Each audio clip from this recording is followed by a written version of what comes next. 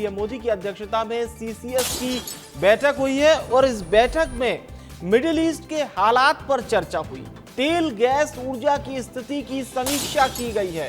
बिना रुकावट तेल गैस आपूर्ति के निर्देश दिए गए हैं, जिसमें कालाबाजारी और जमाखोरी को रोकने के निर्देश दिए गए हैं। यह हाई लेवल मीटिंग हो रही थी। प्रधानमंत्री नरेंद्र मोदी की अध्यक्षता में उर्वरक के वैकल्पिक स्रोतों पर भी चर्चा हुई है और जरूरी वस्तुओं की उपलब्धता पर भी चर्चा हुई है। हमारे सहयोगी अमृत तिवारी इस वक्त फोन लाइन पर जुड़ रहे हैं। अमृत, जिस प्रकार से देश में हालात देखे जा रहे हैं, कहीं ना कहीं ये बैठक बहुत ही जरूरी थी और जो तमाम दिशा निर्देश दिए गए हैं उसका असर भी होता हुआ दिखाई देगा।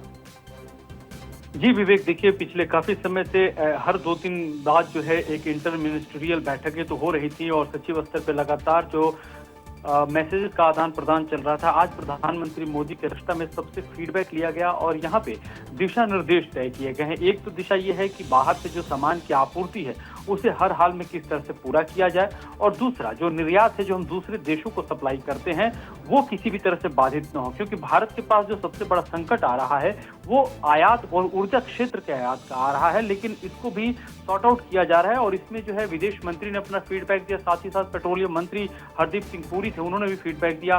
बैठक में यह भी देखा गया कि किसी वजह से खाद्य आपूर्ति, जो कि भारत जो है दुनिया का सबसे बड़ा जो है वो सरकारी स्तर पे जो है पीडीएस सिस्टम चलाता है, जिसमें लोगों को मुफ्त अनाज बांटे जाते हैं, तो उसकी भी दिक्कत न हो, खाद्यान्न पूरा मजबूत रहे। इसलिए यहाँ पे कृषि मंत्री और शिवराज सिंह चौहान भी मौजूद रहे। तो तमाम 13 चूंकि बड़े मंत्री इस दौरान मौजूद रहे और प्रधानमंत्री के दोनों प्रिंसिपल सेक्रेटरी भी थे और एनएसए अजीत डोभाल भी थे। तो यहाँ पे रक्षा को लेकर के भी, सुरक्षा को लेकर भी तमाम बातचीत हुई है कि किस तरह से ऐसी परिस्थिति में भारत अपने आप को दुरुस्त रखे, तंदुरुस्त रखे, आर्थिक रूप से भी और सामरिक रूप से भी, क्योंकि हमारे बॉर्डर इलाके में देखेंगे तो कुछ गतिविधियां भी ट्रेस की गई हैं, जैसे कि बर्मा से, म्यांमार से एक अमेरिकी जो एजेंट है उसको गिरफ्तार किया गया है और 7 यूक्रेनी नागरिकों को गिरफ्तार किया गया है। तो ये भी एक चिंता का विषय था कि जो जासूसी के लिए लोग इधर एक तरह से बिल्कुल अमृत समझा जा सकता है। बहरहाल जो दिशा निर्देश प्रधानमंत्री ने दिए हैं वो बहुत जरूरी थे। बहुत बहुत शुक्रिया हमारे साथ जुड़ने के लिए।